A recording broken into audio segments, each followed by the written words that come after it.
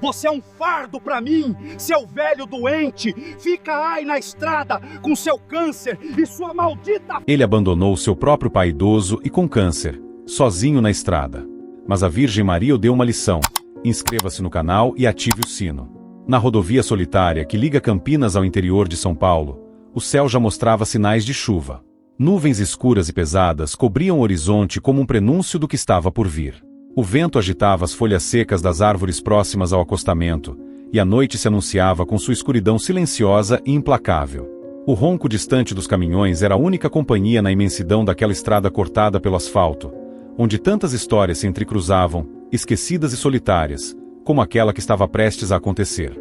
Juliano, 39 anos, guiava o carro importado com as mãos firmes no volante. Seus dedos apertavam o couro macio com uma tensão que revelava muito mais do que o trânsito poderia justificar. Os olhos fixos na estrada não conseguiam disfarçar a tempestade interior que tomava conta de cada pensamento.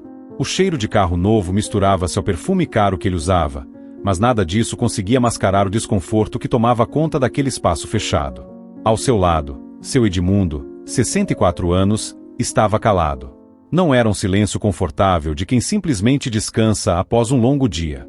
Era o silêncio pesado de quem acabará de ouvir uma sentença médica devastadora: câncer de pâncreas em estágio avançado. As palavras do médico ainda ecoavam em sua mente como um sino fúnebre: quimioterapia intensa, cuidados constantes, e mesmo assim as chances de sobrevivência eram mínimas, quase inexistentes. Seu Edmundo olhava pela janela, vendo a paisagem rural passar em manchas borradas. Os canaviais se estendiam até onde a vista alcançava, balançando suavemente ao vento que anunciava a tempestade.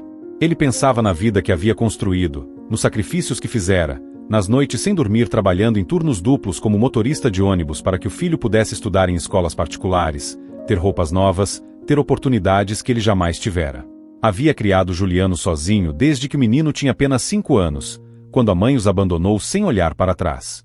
Foram anos difíceis, mas cheios de amor.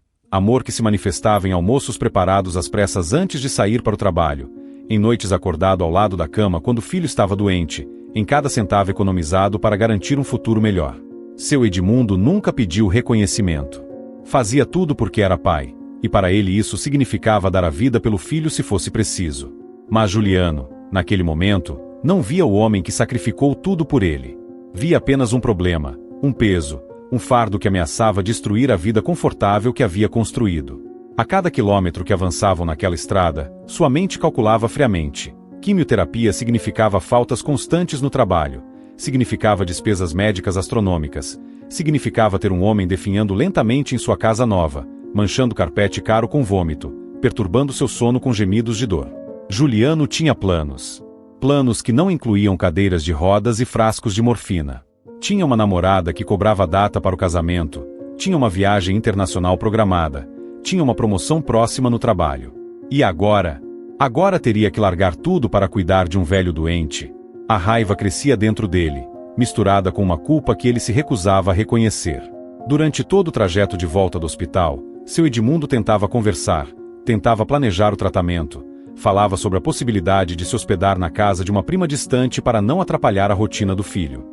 Mas Juliano apenas respondia com monossílabos secos, sua mandíbula tensa de uma raiva contida que ameaçava explodir a qualquer momento. E foi quando chegaram a um trecho deserto da estrada, cercado por canaviais que se estendiam até o horizonte em todas as direções, que Juliano tomou a decisão que definiria não apenas seu destino, mas sua própria alma. O carro reduziu a velocidade e parou no acostamento. O motor foi desligado. O silêncio repentino era ensurdecedor, quebrado apenas pelo vento que assobiava entre as plantações. Juliano virou-se para o pai, e seus olhos, que um dia olharam com amor e admiração, agora estavam frios, duros, vazios. Não havia mais parentesco ali, apenas cálculo. Desce do carro, disse com voz que parecia vir de um estranho. Seu Edmundo piscou, confuso, tentando processar aquelas palavras que não faziam sentido. Juliano, o que foi? O carro quebrou. Mas não havia problema mecânico algum. O problema era muito mais profundo, mais cruel. Desce. Agora. A voz de Juliano subiu de tom, carregada de uma firmeza que não admitia contestação. Foi naquele momento que seu Edmundo finalmente compreendeu. Seus olhos se encheram não de raiva, não de indignação, mas de uma tristeza tão profunda que parecia atravessar gerações, uma dor ancestral de pais que amaram filhos que não souberam retribuir. Filho, por favor, eu preciso de tratamento. Eu preciso de ajuda. A voz trêmula carregava décadas de amor incondicional, mas não foi suficiente para amolecer o coração que havia se tornado pedra. Juliano apenas respondeu com as palavras que marcariam sua condenação moral, palavras que ecoariam em sua consciência por muito tempo. Não quero esse fardo. Você viveu sua vida. Deixe eu viver a minha. E com essa sentença final, Juliano arrancou. O carro acelerou, levantando poeira no acostamento, e desapareceu na curva da estrada, levando consigo qualquer ilusão de que o amor filial fosse incondicional. Seu Edmundo ficou ali parado, sozinho, com câncer avançado, no meio do nada, vendo o carro desaparecer no horizonte junto com qualquer esperança de que a família significasse algo mais do que conveniência. O vento continuava soprando entre os canaviais. A noite chegava rapidamente. E um homem de 64 anos, doente e abandonado, começava a caminhar lentamente pela beira da estrada, sem saber para onde ir. Mas o que viria depois mudaria tudo. Juliano voltou para a cidade com o coração endurecido e a consciência que ele tentava desesperadamente silenciar. Estacionou o carro na garagem do prédio moderno onde morava, subiu no elevador espelhado onde sua própria imagem o encarava, e entrou em seu apartamento como se nada tivesse acontecido. O ar-condicionado mantinha a temperatura perfeita. O home theater de última geração descansava silencioso na sala impecavelmente decorada, e cada móvel de grife gritava o sucesso superficial que ele havia conquistado. Pegou o celular e, com dedos que não tremiam nem um pouco, bloqueou o número do pai. Apagou. Excluiu.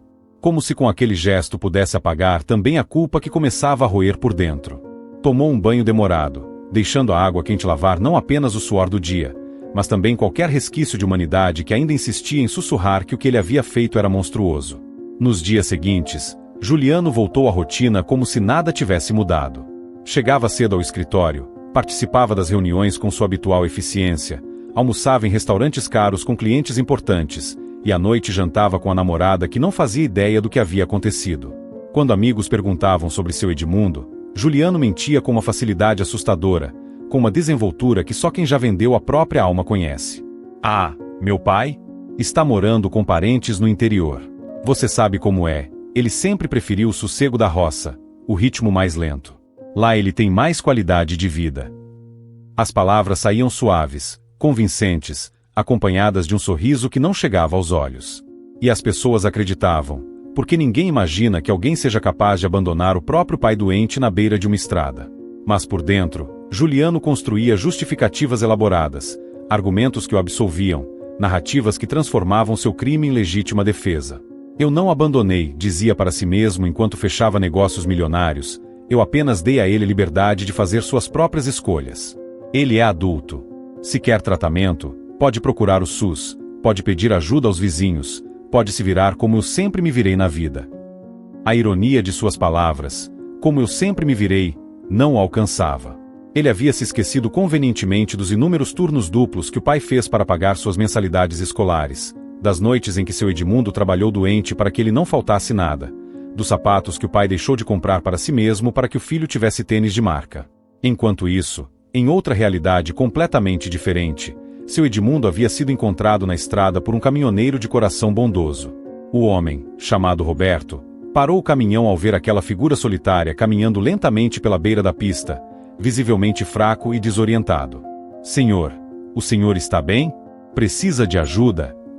Seu Edmundo, com lágrimas ainda molhando o rosto, apenas conseguiu dizer, meu filho me deixou aqui.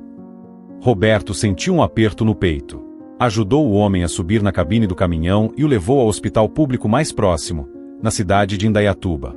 Lá, os médicos constataram o câncer avançado e iniciaram um protocolo básico de tratamento, o que era possível fazer dentro das limitações do sistema público de saúde.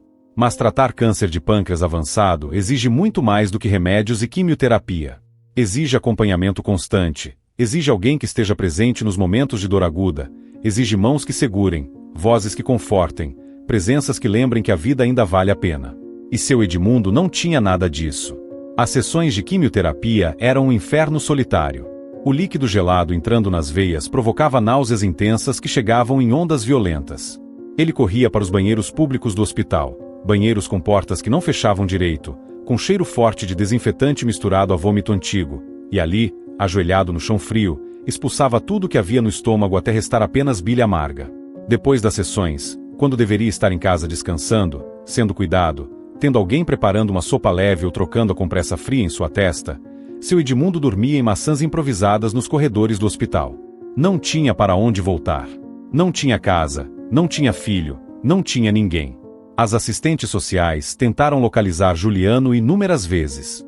Ligaram para o número que estava no cadastro antigo de seu Edmundo, mas Juliano nunca atendia chamadas de números desconhecidos. Mandaram cartas para o endereço, mas Juliano jogava tudo no lixo sem abrir quando via o timbre do hospital. Ele havia decidido que seu pai não existia mais, e agia consistentemente com essa decisão cruel. Enquanto seu Edmundo definhava sozinho, Juliano prosperava superficialmente. Pediu a namorada em casamento em um restaurante sofisticado, com direito a violinista ao fundo e anel de diamante que custou o equivalente a 3 meses de salário. Ela disse sim, emocionada, sem saber que estava se casando com um homem capaz de abandonar o próprio pai moribundo. Comprou um apartamento ainda maior, em um bairro ainda mais nobre. Postava fotos nas redes sociais de viagens de fim de semana para resorts exclusivos, de jantares em restaurantes premiados, de uma vida que brilhava intensamente por fora mas apodrecia silenciosamente por dentro. Seus perfis mostravam um homem bem-sucedido, feliz, realizado. A realidade era bem diferente. Porque havia as noites. As noites em que Juliano acordava subitamente às 3 da manhã, suando frio, com a imagem do pai parado na estrada queimando em sua mente como ferro em brasa. Havia os momentos em que, no meio de uma reunião importante, sua mente vagava e ele se via novamente naquele trecho deserto, ordenando um homem doente a descer do carro. Havia os pesadelos onde via o pai sozinho, magro, definhando, chamando por ele. Mas Juliano afastava esses pensamentos com mais trabalho, mais distrações, mais justificativas. Bebia mais do que deveria, tomava remédios para dormir, mergulhava no trabalho com uma intensidade que seus colegas começavam a achar preocupante. Alguns notavam que algo havia mudado nele, havia uma dureza nova em seus olhos, uma incapacidade de falar sobre família que era suspeita demais, uma distância emocional que não existia antes. Mas ninguém perguntava diretamente. E Juliano continuava sua vida, construindo castelos na areia enquanto seu pai, a 30 quilômetros de distância, lutava sozinho contra uma doença que devora tanto o corpo quanto a esperança. 3 meses haviam se passado desde aquele dia na estrada. 3 meses que para Juliano foram marcados por promoções, viagens e preparativos de casamento. 3 meses que para seu Edmundo foram uma eternidade de dor, solidão e luta diária pela sobrevivência. O hospital público de Indaiatuba tornará-se sua única casa. Os corredores com cheiro de desinfetante, as maçãs rangentes, as paredes descascadas, tudo aquilo era mais familiar para ele agora do que qualquer lar.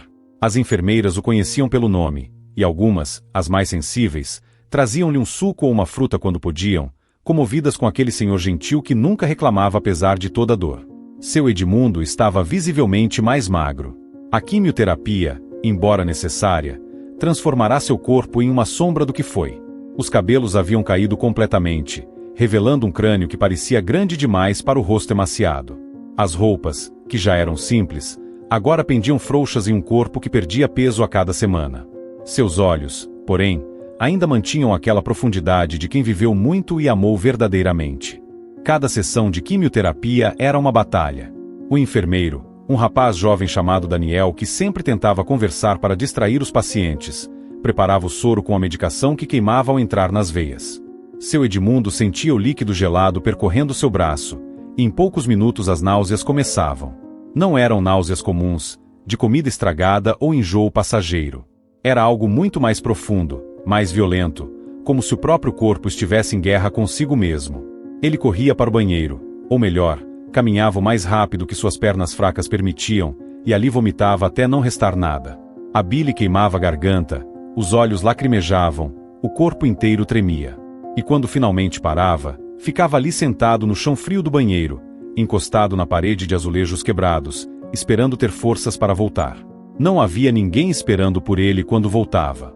Nenhuma mão que o ajudasse a se levantar, nenhuma voz que dissesse vai passar, pai, eu estou aqui. Apenas o corredor cheio de outras pessoas que também sofriam suas próprias batalhas. Seu Edmundo voltava para a maca, deitava-se com cuidado porque cada movimento doía, e ficava ali olhando para o teto manchado, pensando em como a vida pode mudar tão drasticamente. Havia momentos em que a dor física era tão intensa que os remédios básicos fornecidos pelo hospital não faziam efeito. Eram crises que vinham especialmente à noite, quando o câncer parecia gritar dentro do corpo. Seu Edmundo se encolhia na maca, apertando o travesseiro fino contra o abdômen, mordendo os lábios para não gemer alto demais e perturbar os outros pacientes. O suor molhava suas roupas, e ele ficava ali, sozinho na dor, esperando que passasse. Mas pior que a dor física era a dor emocional. Era acordar todos os dias e lembrar que fora abandonado. Era ver outros pacientes recebendo visitas, esposas que traziam marmitas caseiras, filhos que seguravam as mãos durante as sessões, netos que faziam desenhos coloridos para alegrar o avô. Era perceber que ele não tinha nada disso. Era carregar a ferida invisível de saber que o filho que ele criou com tanto amor havia se tornado alguém capaz de abandoná-lo no momento de maior necessidade. As assistentes sociais continuavam tentando contato com Juliano. Uma delas, chamada Patrícia, era especialmente dedicada ao caso de seu Edmundo. Ela via nele um pai amoroso que não merecia aquele destino. Tentou de tudo, ligações em horários diferentes, mensagens, até mesmo considerou ir pessoalmente ao endereço. Mas Juliano era um fantasma, inatingível, protegido por sua própria indiferença. Seu Edmundo, Patrícia dizia com voz suave, sentando-se ao lado da maca, o senhor tem certeza que não há outro familiar que possamos contatar? Alguém que possa ajudar? Seu Edmundo apenas balançava a cabeça negativamente. Não porque não houvesse outras pessoas no mundo, havia primos distantes, conhecidos antigos, mas porque ele não queria dar trabalho a ninguém. E principalmente porque, no fundo do seu coração, ainda tinha esperança de que Juliano voltasse. De que acordasse. De que lembrasse quem seu pai realmente era. Enquanto isso, a vida de Juliano seguia seu curso superficialmente brilhante. Fechou o maior contrato da sua carreira, recebeu bônus generoso, foi elogiado publicamente pelo diretor da empresa. Comprou presentes caros para a noiva, planejou lua de mel nas Maldivas, escolheu o buffet mais sofisticado para o casamento. Sua conta bancária crescia, assim como a lista de bens materiais. Mas seus colegas de trabalho notavam mudanças preocupantes. Juliano estava mais irritado, mais impaciente com erros pequenos. Explodia com facilidade em reuniões, algo que não fazia antes. Bebia sozinho no final do expediente, ficando até tarde no escritório vazio apenas para não ter que voltar para casa, onde a solidão forçava a pensar. Sua noiva também começava a notar. Ele estava distante, frio mesmo nos momentos que deveriam ser românticos. Quando ela tentava conversar sobre família, sobre valores, sobre o futuro com filhos, Juliano mudava de assunto abruptamente ou arrumava desculpa para sair. Ela atribuía ao estresse do trabalho, mas havia algo mais profundo, algo podre corroendo o homem que ela achava conhecer. E nas raras vezes em que Juliano permitia seus pensamentos vagarem para o pai, rapidamente os reprimia com mais justificativas. Ele está melhor assim, sem minha presença hipócrita. Ele está sendo cuidado pelo sistema público, está recebendo o tratamento necessário. Eu teria apenas atrasado minha vida sem realmente fazer diferença. As mentiras que contava para si mesmo tornavam-se cada vez mais elaboradas, mais necessárias para manter a farsa de que era uma pessoa boa tomando decisões difíceis, e não um filho cruel cometendo um dos piores pecados. Mas o céu observava tudo. E as orações silenciosas de um pai moribundo já começavam a subir, atravessando as camadas de indiferença humana, alcançando lugares onde a misericórdia ainda reina. Era uma terça-feira à noite, exatamente 3 meses e 12 dias desde o abandono na estrada. O hospital estava especialmente silencioso naquela madrugada, com apenas os sons mecânicos dos monitores e respiradores quebrando a quietude pesada. O relógio na parede do corredor marcava 2h20 da manhã, aquela hora em que o mundo parece suspenso entre a vida e a morte, entre a esperança e o desespero. Seu Edmundo não conseguia dormir. A dor estava particularmente intensa naquela noite, uma dor que parecia vir não apenas do câncer que devorava seu pâncreas, mas de um lugar muito mais profundo, do coração partido, da alma ferida, do espírito que lutava para não se entregar ao desespero. Os analgésicos básicos que as enfermeiras haviam lhe dado não faziam efeito algum. Era como jogar água em um incêndio florestal. Ele virou-se na maca desconfortável, tentando encontrar uma posição que aliviasse ao menos um pouco o sofrimento. Seu corpo magro demais fazia com que os ossos pressionassem dolorosamente contra o colchão fino. Ao seu redor, outros pacientes dormiam ou gemiam baixinho suas próprias agonias, cada um em sua batalha particular, cada um carregando seu próprio fardo. Foi então que a enfermeira da noite, Uma senhora bondosa chamada Dona Luísa, que trabalhava há 30 anos naquele hospital, aproximou-se silenciosamente. Ela havia observado seu Edmundo nos últimos meses, havia testemunhado sua luta solitária, e seu coração maternal doía por aquele homem abandonado. Sem dizer palavra, ela colocou suavemente nas mãos dele um terço de contas azuis, simples mas bem cuidado. Às vezes, sussurrou Dona Luísa com voz carregada de experiência e fé, a única medicina que funciona para a dor da alma é a oração. Reze, seu Edmundo. Nossa Senhora escuta especialmente aqueles que sofrem sozinhos. E com um aperto carinhoso em seu ombro magro, ela se afastou, deixando com aquele presente precioso. Seu Edmundo segurou o terço com dedos trêmulos. As contas eram frescas ao toque, suaves, e havia algo de reconfortante em senti-las deslizar entre seus dedos. Ele não era um homem particularmente religioso. Havia trabalhado tanto durante a vida que raramente tinha tempo para ir à igreja. Mas naquele momento, sozinho na escuridão, com a dor física e emocional ameaçando destruí-lo completamente, ele compreendeu que precisava de algo maior que si mesmo. Começou a rezar. Não sabia todas as orações tradicionais, não conhecia os mistérios certinhos, mas não importava. As palavras vinham do coração, e eram essas as orações que o céu mais valoriza. Mãe Maria, sua voz era um sussurro rouco, machucado pela quimioterapia. Eu sei que não fui de ir muito na igreja, que trabalhei demais e rezei de menos. Mas agora eu preciso falar contigo. As lágrimas começaram a descer por seu rosto emaciado, molhando o travesseiro fino. Eu sei que meu tempo está acabando. Os médicos não dizem, mas eu sei. Eu sinto. E olha, eu aceito isso. Vivi minha vida, trabalhei, criei meu filho da melhor forma que pude. Se é para ir agora, eu vou. Sua voz tremeu, e ele precisou parar para respirar fundo, controlando soluços que ameaçavam tomar conta. Mas, Mãe Maria continuou com voz que carregava toda a dor de um pai abandonado. Meu filho, meu Juliano, ele está se perdendo. E isso dói mais do que qualquer câncer. Eu sei o que ele fez. Eu sei que me abandonou. E olha, eu perdoo. Eu perdoo porque sou pai. E pai verdadeiro sempre perdoa. Mas tenho medo por ele, mãe. Tenho medo que essa escolha que ele fez destrua ele por dentro. O terço deslizava entre seus dedos enquanto as palavras saíam em um fluxo cada vez mais intenso, cada vez mais verdadeiro. Ele não nasceu cruel, mãe. Eu o criei com amor, ensinei ele a ajudar os outros, ensinei ele valores. Mas o mundo ensinou coisas diferentes. Ensinou que cuidar de pais doentes é fardo, não é honra. Ensinou que sucesso é ter carro caro e apartamento grande, não é ter família e amor. Seu Edmundo precisou parar novamente. A dor física pulsava forte em seu abdômen, mas ele a ignorou, focado apenas naquela conversa silenciosa com a Mãe Celestial. Eu não estou pedindo por mim, Mãe Maria. Se for para eu morrer assim, sozinho, que seja. Mas por favor, antes que eu vá, deixa eu ver meu filho acordar. Deixa ele entender o que está fazendo, o que está se tornando. Não por mim, por ele mesmo. As palavras eram intercaladas com soluços contidos, mas a fé que as acompanhava era sólida, inquebrantável. Porque se ele continuar nesse caminho, mãe, ele vai viver uma vida inteira com essa culpa. E essa culpa vai ser pior que qualquer doença. Vai destruir tudo que ele toca, seus relacionamentos, sua paz, sua capacidade de amar e ser amado. Salva meu filho, Mãe Maria. Salva ele de si mesmo. O hospital continuava em sua quietude, mas algo havia mudado no ar. Algo imperceptível aos olhos humanos, mas real como o próprio ar que respiramos. A oração de seu Edmundo, tão pura em sua abnegação, tão impossível em sua capacidade de perdoar, tão genuína em seu amor paterno, atravessou todas as barreiras, cortou todos os céus, e chegou diretamente ao coração daquela que é mãe de todos os filhos perdidos e de todos os pais abandonados. Dona Luísa, que observava de longe, viu algo que nunca contou para ninguém, mas que guardou para sempre em seu coração. Por um breve instante, ela teve certeza de ter visto uma luz azul suave envolvendo a maca onde seu Edmundo rezava.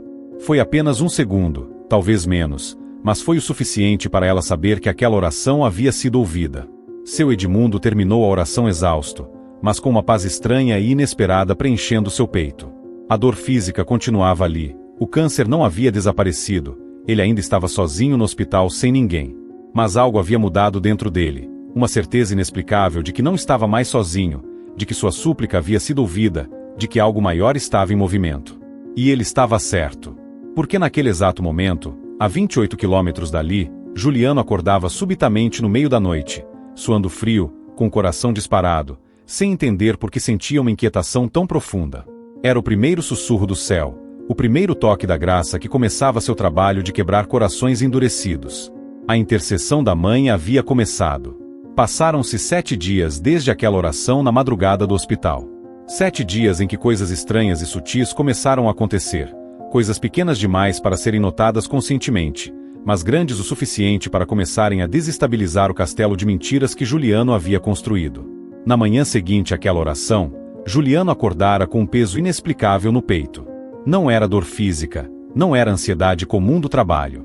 Era algo diferente, mais profundo, como se uma presença invisível tivesse se instalado em sua consciência e recusasse sair. Tentou ignorar, mergulhando na rotina frenética de sempre, mas aquela sensação persistia, seguindo como uma sombra silenciosa. No terceiro dia, algo curioso aconteceu. Juliano estava dirigindo para o trabalho, ouvindo seu podcast usual de negócios, quando o rádio mudou sozinho de estação. Ele franziu a testa, achando que havia tocado sem querer no botão, mas não havia tocado.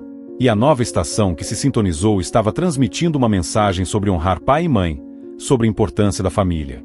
Juliano rapidamente mudou de volta, mas a voz suave do pregador ficou ecoando em sua mente o resto do dia. No quarto dia, sua noiva comentou algo que ele preferiu ignorar, mas que o incomodou profundamente. Amor, eu sonhei com você ontem. Você estava em uma estrada vazia, e parecia desesperado, procurando por algo que havia perdido. Foi tão real. Juliano deu um beijo em sua testa e mudou de assunto rapidamente, mas as palavras ficaram martelando em sua cabeça. No sexto dia, aconteceu algo que ele não conseguiu racionalizar. Estava em uma reunião importante, apresentando resultados, quando de repente teve a nítida sensação de que alguém o observava. Virou-se instintivamente para a janela do escritório no 12º andar, e por uma fração de segundo, tão breve que depois duvidou se havia sido real, pareceu ver uma figura feminina vestida de azul, olhando diretamente para ele através do vidro. Piscou, e não havia nada. Apenas o céu claro e os prédios ao redor. Naquela noite de sexta-feira, Juliano saiu mais tarde do escritório. O trabalho acumulava, e ele usava isso como desculpa para evitar voltar para casa, onde a solidão e os pensamentos indesejados o esperavam. Quando finalmente decidiu ir embora, já passava das 11 da noite. O estacionamento do prédio comercial estava quase vazio, iluminado apenas pelas luzes brancas e frias das lâmpadas fluorescentes. Entrou no carro, ligou o motor, e foi então que sentiu. Um perfume suave de flores, impossível de identificar a origem, preencheu o interior do veículo. Não era perfume comum, era algo mais puro, mais celestial. Juliano olhou ao redor, confuso. Havia deixado alguma janela aberta? Não, tudo estava fechado. Alguém havia deixado flores no carro? Não havia flores. O perfume simplesmente estava ali, envolvente, reconfortante mas ao mesmo tempo perturbador. Dirigiu para casa com aquela fragrância misteriosa o acompanhando. Tentou abrir as janelas para dissipar o cheiro, mas ele persistia. Não era desagradável, pelo contrário, era incrivelmente suave e de alguma forma reconfortante. Mas incomodava justamente por não ter explicação lógica. Chegou em casa e tomou um banho demorado, deixando a água quente cair sobre sua cabeça enquanto pensamentos que normalmente conseguia reprimir começavam a surgir. Pensou no pai. Onde estaria agora? Estaria vivo ainda? O tratamento estava funcionando? Estaria com frio, com fome, sozinho? Por um breve momento, Juliano sentiu algo que se parecia perigosamente com remorso. Mas rapidamente afastou esses pensamentos, secou-se bruscamente e foi dormir. Mas o sono não veio facilmente. Rolava na cama king size com lençóis de alta gramatura, mas nenhum conforto material conseguia acalmar a inquietação que crescia dentro dele. E quando finalmente adormeceu, já passava das 3 da madrugada, os sonhos que vieram foram perturbadores. Sonhou que estava parado na mesma estrada onde havia abandonado o pai. Mas desta vez era ele quem estava sozinho, velho, doente, vendo um carro se afastar. Acordou assustado, o coração disparado, e precisou ligar a luz do quarto para se acalmar. Era apenas um sonho. Apenas um sonho. Repetiu isso para si mesmo como um mantra, mas as palavras soavam ocas. O domingo amanheceu nublado. Juliano havia planejado um brunch com a noiva e alguns amigos em um restaurante sofisticado, mas acordou com uma dor de cabeça latejante e um cansaço profundo que não fazia sentido. Havia dormido até tarde, não tinha feito nada extenuante no dia anterior. Cancelou o compromisso, alegando não estar se sentindo bem. Passou o dia em casa, tentando assistir televisão, mas não conseguia se concentrar. Tentou ler relatórios de trabalho, mas as palavras dançavam na página sem fazer sentido. Havia algo no ar, uma tensão invisível, como aquela sensação antes de uma tempestade quando o céu escurece e o vento para, e tudo fica suspenso em expectativa silenciosa. Não sabia, mas naquele exato momento, no hospital, seu Edmundo passava por uma crise particularmente difícil. A dor estava insuportável, e Dona Luísa segurava sua mão enquanto ele apertava o terço azul e rezava novamente, com lágrimas, pedindo à Mãe Maria que salvasse seu filho antes que fosse tarde demais. E o céu estava ouvindo. Estava se preparando. Porque quando as orações verdadeiras sobem, quando o amor paterno clama com fé genuína, quando a misericórdia divina decide intervir, sinais começam a aparecer, sutis primeiro, depois cada vez mais claros, até que se torna impossível ignorar. Juliano sentia algo se aproximando, algo grande e inevitável. Não sabia dar nome a essa sensação, mas ela estava lá, crescendo, se intensificando. Era o prenúncio de que sua vida estava prestes a mudar para sempre. Era o céu se preparando para romper sua indiferença. Era a Mãe Maria se aproximando, trazendo consigo verdades que ele não poderia mais evitar. A tempestade espiritual estava chegando, e não havia mais como fugir. Era segunda-feira à noite, e Juliano saía de um evento corporativo importante, um daqueles jantares intermináveis com clientes e parceiros onde todos fingiam gostar uns dos outros enquanto falavam de negócios e lucros. Ele havia bebido mais do que o usual, não porque estava comemorando, mas porque precisava entorpecer aquela inquietação constante que o perseguia havia dias. Entrou no carro por volta das 10:30 da noite. O céu estava carregado, pesado de nuvens escuras que prometiam tempestade. Decidiu pegar a rota mais rápida para casa, que passava justamente pela rodovia, aquela mesma rodovia onde meses atrás havia cometido seu maior pecado.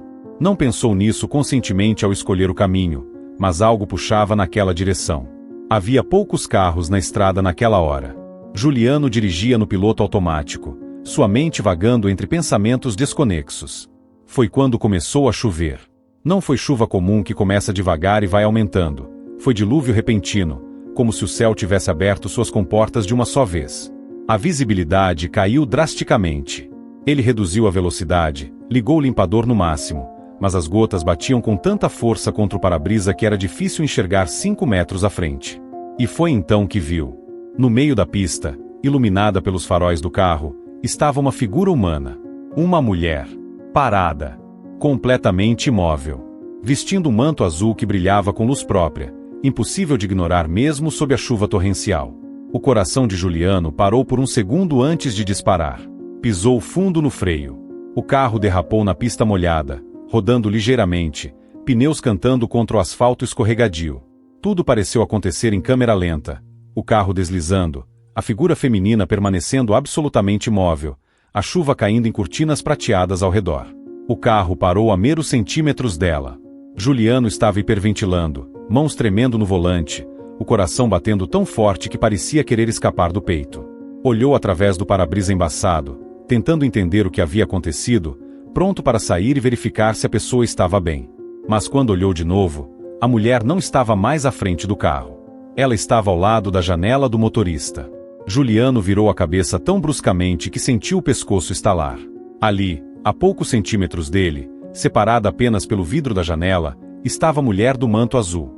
E apesar da chuva que caía violentamente, ela estava completamente seca. O manto azul celeste não tinha uma gota de água.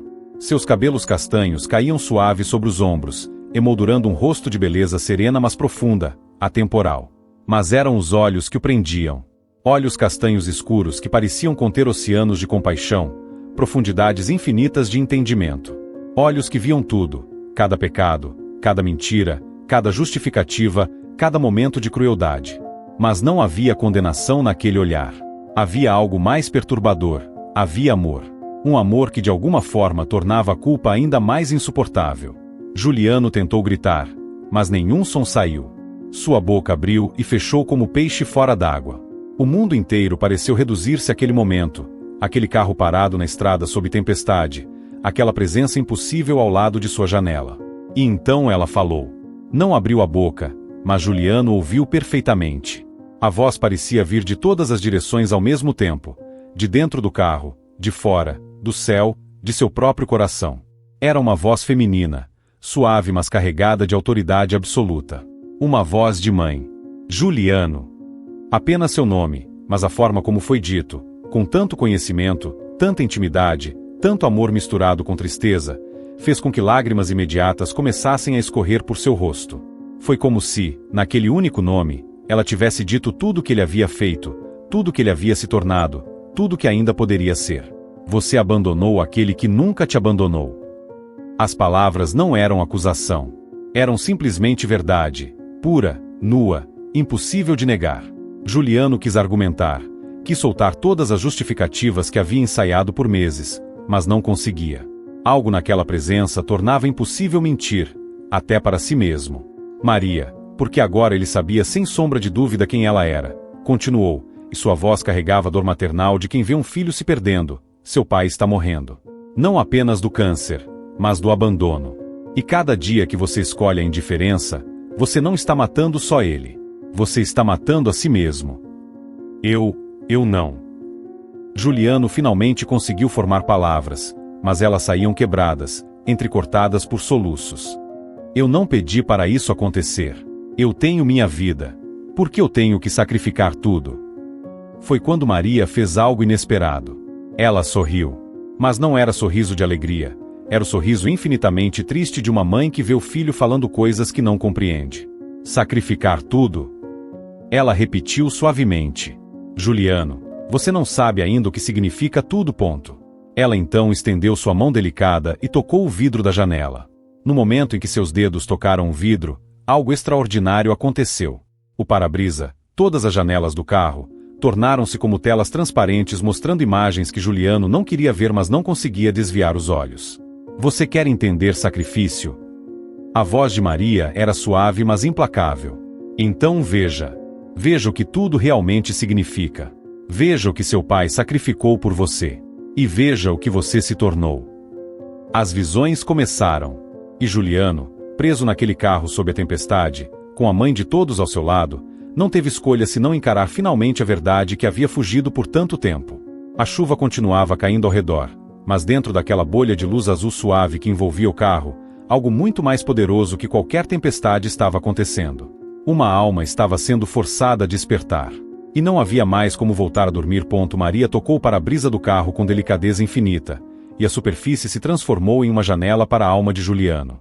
As imagens começaram a surgir, vívidas, reais, dolorosas. A primeira visão o levou à sua infância, onde ele era um menino pequeno e despreocupado, sentado à mesa de uma cozinha modesta, com seu Edmundo voltando exausto dos turnos duplos, mas ainda encontrando forças para ajudá-lo com as tarefas escolares.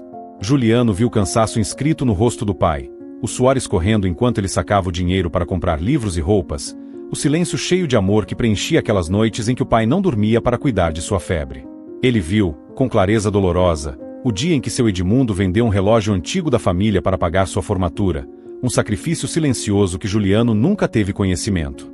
Viu o pai rezando à beira de sua cama quando ele estava doente, as mãos trêmulas segurando um terço, a fé profunda expressa em lágrimas caladas. Em seguida, a visão mudou para o dia do abandono. Juliano viu seu rosto frio e distante, a ordem para que o pai descesse do carro, o silêncio cortante daquela estrada deserta. Viu os ombros curvados de seu Edmundo, as lágrimas que não caíam mas ficavam guardadas na alma, aquele momento onde o amor parecia, enfim, ter se quebrado. Depois, as cenas dolorosas dos meses seguintes no hospital público, onde seu Edmundo suportava sozinho as sessões difíceis, vomitando em banheiros, dormindo em maçãs, sendo acolhido apenas por uma enfermeira compadecida. O sofrimento físico, e principalmente o emocional, desenrolava-se implacado em plena solidão. Finalmente, Juliano viu seu próprio futuro se desdobrar. Um homem casado, aparentemente bem-sucedido, mas corroído pela culpa, incapaz de amar verdadeiramente, com casamento em ruínas e filhos distantes. Viu o olhar frio de seus próprios filhos quando envelhecesse, refletindo o abandono que ele havia praticado. A visão da eternidade trouxe uma consciência dolorosa, a percepção de que havia desperdiçado sua última chance de amar verdadeiramente, que viveria para sempre preso a esse arrependimento. Quando as imagens cessaram, Juliano tremia, com lágrimas escorrendo, e Maria falou com voz de mãe. Ainda há tempo, Juliano. Mas o tempo não espera por ninguém. Juliano despertou naquele instante, ofegante e coberto de suor, o carro parado no acostamento, a chuva ainda caindo. A mulher do manto azul havia desaparecido, mas o perfume suave de flores permanecia no ar. Ele pegou o celular com mãos trêmulas e discou para o hospital que seu Edmundo havia mencionado meses antes, tentando se informar, buscando desesperadamente notícias. Uma enfermeira atendeu hesitante, confirmando que o Sr. Edmundo Silva estava internado em estado grave, mas vivo, e implorou para que ele viesse imediatamente. Juliano largou tudo na primeira oportunidade e dirigiu pela estrada molhada com uma urgência que parecia arrancar suas forças. Cada quilômetro era uma eternidade. A chuva batia forte no para-brisa enquanto ele repetia em silêncio seus pedidos de perdão. Ao chegar, viu o pai tão frágil que parecia pouco mais que um esqueleto, o olhar cansado finalmente se iluminando ao ver seu filho próximo. Juliano caiu de joelhos, lágrimas rolando, e pediu perdão com sinceridade inédita. Seu Edmundo, com voz fraca, perdoou-o imediatamente, e ali começou o verdadeiro milagre, não a cura física instantânea, mas a ressurreição do amor e da esperança. Juliano largou o emprego, assumiu os cuidados paternos com dedicação, fazendo tudo o que o sistema público não podia oferecer. Tempo, presença, cuidado, o grande ato de amor que restabeleceu o que o abandono quase destruiu. A transformação se dava nas pequenas coisas: segurar a mão nas crises, limpar o vômito, preparar sopa, falar baixinho para confortar. Maria observava com amor. Seu sorriso sereno confirmava que o caminho certo havia sido retomado. A semente do arrependimento germinava, e com ela, a esperança de um futuro restaurado. Juliano, após a reconciliação profunda com seu pai, decidiu que não poderia mais guardar a dor dentro de si. Aquela dor que o consumira por meses precisava se transformar em algo concreto, em atos de amor e misericórdia. Com o coração renovado, largou definitivamente o emprego que o aprisionava na superficialidade de sua vida gastadora e superficial, e passou a dedicar seus dias ao cuidado do pai e ao serviço para os que mais precisavam. Começou a frequentar a igreja, não mais por mera tradição, mas como uma expressão de gratidão e de desejo de retribuir tudo o que aprendia sobre perdão e misericórdia. Participava de grupos de oração, ajudava em trabalhos sociais, e passou a visitar pacientes oncológicos, muitos em situação ainda pior do que a de seu Edmundo. A cada ato de cuidado, trocar a fralda, lavar o rosto cansado, ouvir a história triste de um idoso abandonado ou uma mãe que chorava por um filho perdido, Juliano sentia o peso da sua responsabilidade espiritual. Ele percebia que transformar histórias de dor em mensagens de esperança era parte de sua missão. Não mais como um jovem insensível, mas como um verdadeiro servidor do amor de Deus através de Maria, mãe de todos. Ele começou a devolver ao pai aquilo que lhe foi dado: o tempo, o afeto, o perdão. Pediu perdão com lágrimas de arrependimento por todas as vezes que foi egoísta, que escolheu o conforto em detrimento do amor. Formalizou sua promessa de nunca mais abandonar ninguém, especialmente aqueles que lhe deram a vida, sua própria família, seus pais, seus irmãos e aqueles que o cercavam na comunidade. E, coragem após coragem, ele também passou a perdoar, verdadeiramente perdoar. Perdoar o pai, que por tanto tempo carregara seu ressentimento, e também a si mesmo. Entendeu que o verdadeiro perdão rompe as correntes do passado e liberta a alma para seguir em paz. Com o coração aberto e a alma limpa de mágoas, Juliano fez uma entrega total de sua vida a Deus, ao amor de Maria e às mãos de quem precisava dele. Assim, iniciou a reparação não apenas com palavras, mas com ações reais, que só quem conhece o amor verdadeiro pode compreender.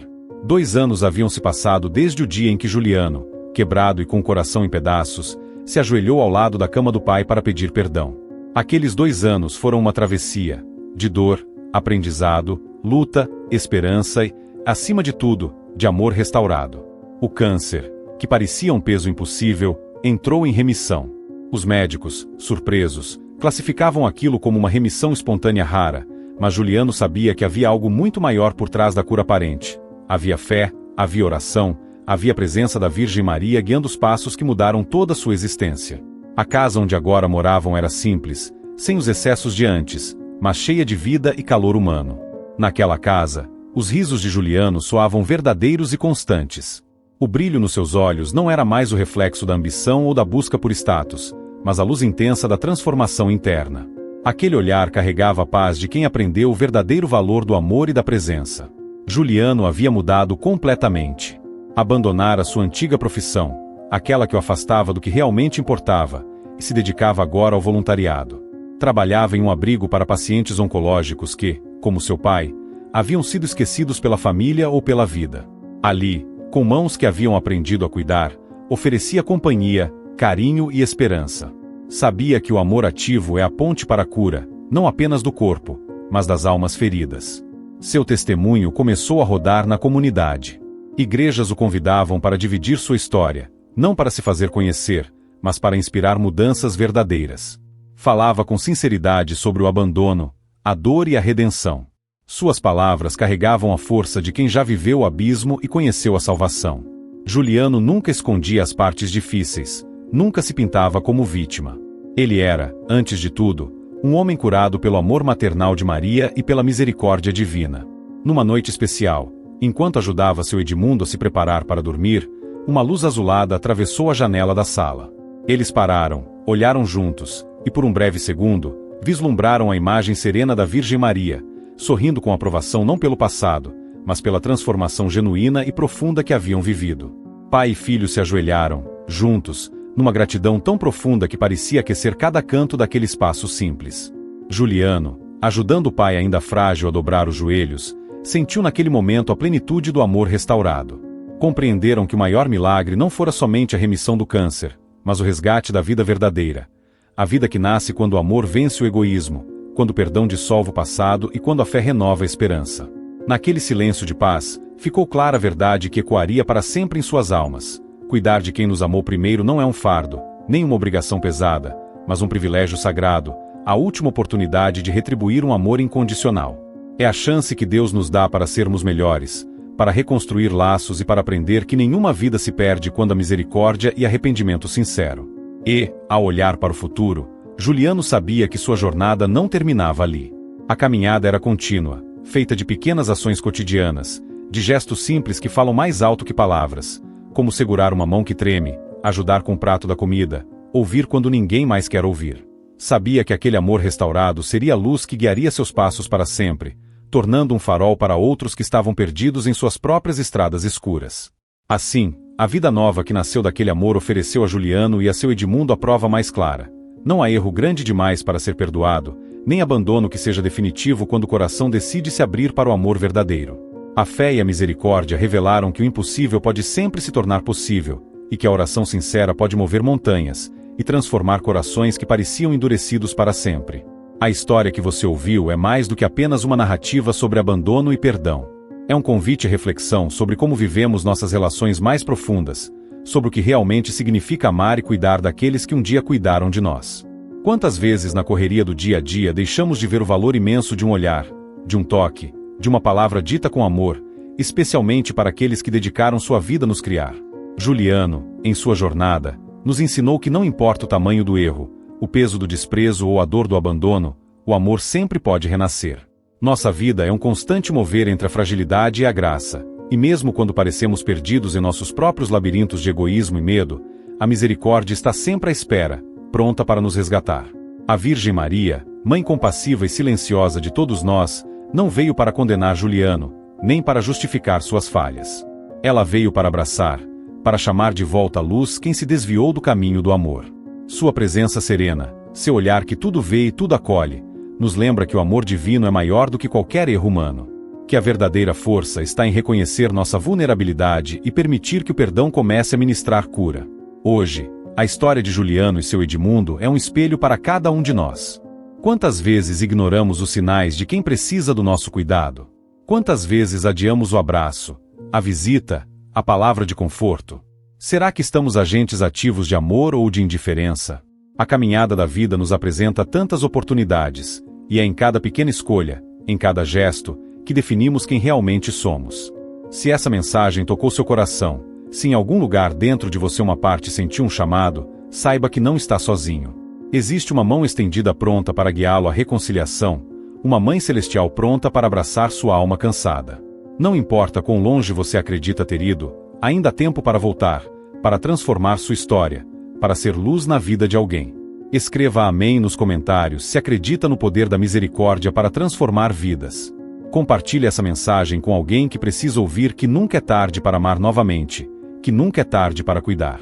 E inscreva-se no canal para continuar ouvindo histórias de fé, renovação e amor que inspiram mudanças reais. Lembre-se sempre, a vida verdadeira não se mede pelo que acumulamos ou conquistamos, mas pelo quanto amamos e pelo quanto somos capazes de restaurar o que foi quebrado. Cuidar de nossos pais, de nossa família, de nossos semelhantes, mesmo quando é difícil, é um privilégio sagrado, a última oportunidade de mostrar gratidão e viver o amor que recebemos. A Virgem Maria está perto de você neste momento, esperando que você permita que sua ternura transforme seu coração. Que ela lhe conceda coragem para perdoar, força para cuidar, paz para amar incondicionalmente. E que, no final de tudo, possamos todos juntos celebrar a beleza de um amor que nunca abandona, que cura, que salva. Que a paz de Deus, derramada através de Maria, Mãe de Misericórdia, esteja sempre com você e sua família, hoje e sempre. Amém.